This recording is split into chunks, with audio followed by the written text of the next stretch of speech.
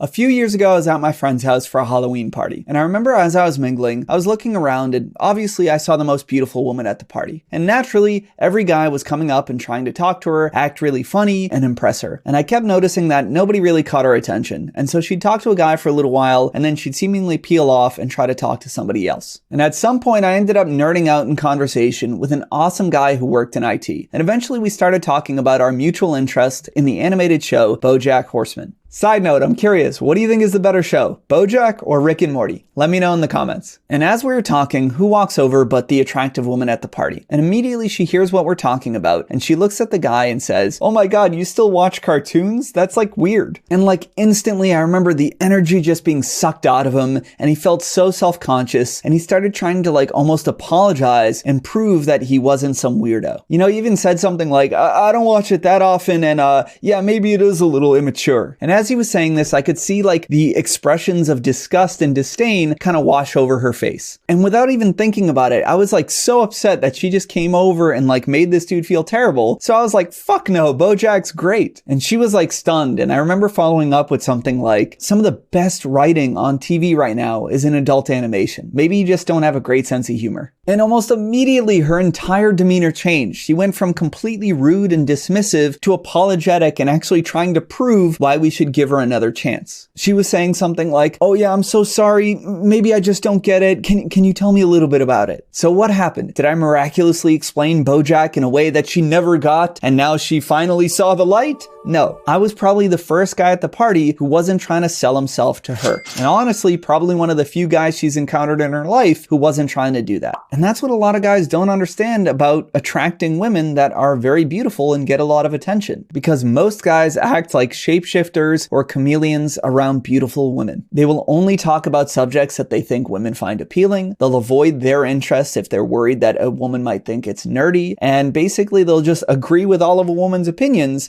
even if they feel entirely a different way. And so guys obsess about what subject should I bring up on a date, what question is too personal, and they're constantly thinking in the minutia and they're missing the bigger picture. It might work for a little bit, but soon enough, a woman's always going to pick up that you're doing these things to seek her approval and that you're acting really needy, and that is the biggest turnoff to women. And if you're thinking like this, you're wasting your time, because a woman's always going to be attracted to a man with self-worth, whatever that looks like. That means he loves everything that he is and everything that he's not, and he's willing to own that. I don't avoid almost anything when talking to a woman if it comes down to it. I've talked to women about the nerdiest, weirdest, freakiest shit you can imagine. I've talked to women about virtual reality, cryptocurrency, being a pickup artist back in the day, depression, anxiety, playing video games for a living as a competitive video gamer, my experiments with drugs, polarizing political views, and even kinks and sexual escapades. All of those have been attractive to many women and still help me build sexual connections with them. Because the deeper message is, I know who I am, I like who the fuck I am, and if you don't, that's okay, but I'm not gonna sit here and try to sell myself to you. I'm gonna go find someone who's more compatible, and you can do the same. So instead of putting women on a pedestal and selling yourself to them, you need to put yourself on a pedestal and buy yourself. You need to start admiring who you are. That means you start talking about subjects you love on dates. You don't try to downplay your hobbies or interests. You're willing to disagree with a woman or have a constructive dialogue.